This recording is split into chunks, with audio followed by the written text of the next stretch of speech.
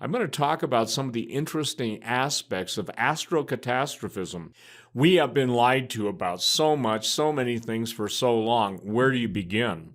But I want to begin reading a book that I bought one of the original copies of years ago, and it's basically Atlantis, the Antediluvian World by Ignatius Donnelly, Donnelly. And this particular copy is 1882. And it's important to understand that even though Plato was the one that recorded the conversation between Socrates and one of the priests of Egypt, he got it from Solon, who was the gentleman who actually was the one that interviewed the priest of Egypt. They have a lot. The priest basically said this: you Greeks don't have any history.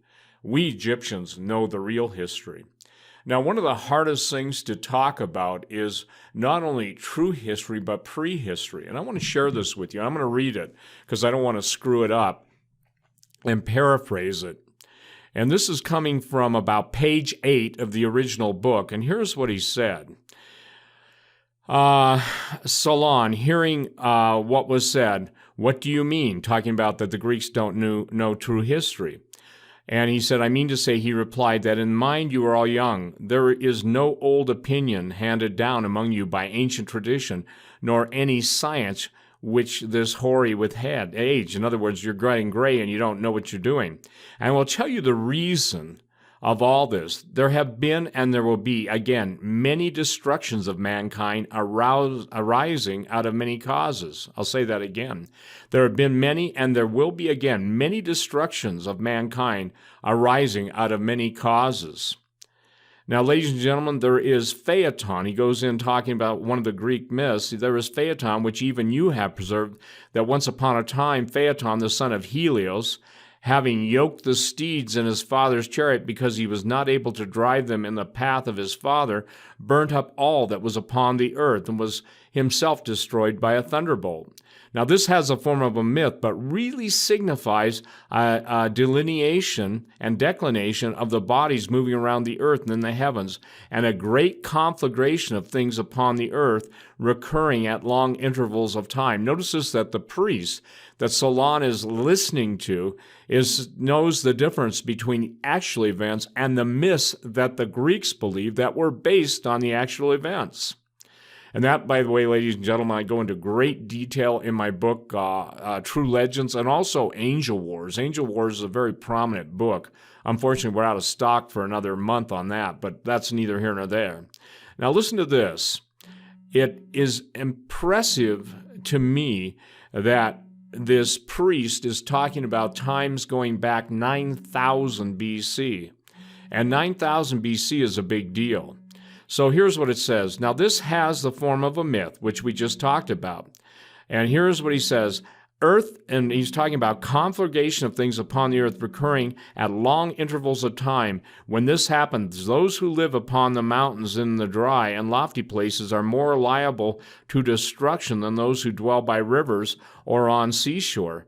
And from this calamity, the Nile, who is our never-failing, quote, Savior, saves and delivers us. When, on the other hand, the gods purge the earth with a deluge of water, among you, herdsmen and shepherds on the mountains are the survivors, whereas those of you who live in either cities are carried away by the rivers into the sea. But in this country, neither at that time nor at any other time does the water come from above on the fields, having always a tendency to come up from below.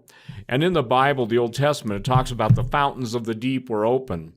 Now, the reason I'm starting out this QCast is even today on Drudge front page, there's a story that Elon Musk landed the rocket back on the launch pad in Florida. But he made the statement that we must go to Mars because if we stay on this planet, ultimately we're going to face a doom scenario that's even beyond those who would call, those of us who are trying to warn, doom or fearmongers. The massive sinkholes opening up, the ground swelling, the ground breaking, all these different events that are happening now, the floods obviously in California and the weather warfare that's taking place. I make no apologies for that. It is full-scale weather warfare. The temperature of the water in the Pacific is going to an all-time high. And listen, let me share something. Fukushima will be seen in retrospect as one of the most deadly events in the history of the Earth, possibly aligning even with the world of fantasy in the death and destruction it's going to bring. I don't think people understand that one of the byproducts of fission, F-I-S-S-I-O-N, is heat, extreme heat. And if you remember when Fukushima first went off, the seawater, they were trying to cool the core. And it wasn't just one reactor, it was 3, I believe, and then a breeder reactor in which plutonium was actually generated. When you get into the nuclear physics of Fukushima, what's happened is that standard nuclear physics and all of the exposure and dose rates have been abandoned. They've been forsaken and forgotten. So why this is critical at this point is simply this. The Great Starvation has begun. Floods can destroy more land and more property based on probably 50 years of insurance claims in the history, even going back into the turn of the century, than any other single natural disaster up until Fukushima. I categorically reject that Fukushima was a natural disaster. Again, it was not natural.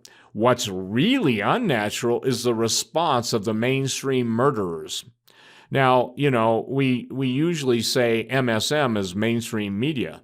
But again, it's going to become very apparent as more cancer turns up and more people die by the their medical response or biological response to ionizing radiation, whether they're ingesting it, breathing it, eating it in fish, whatever.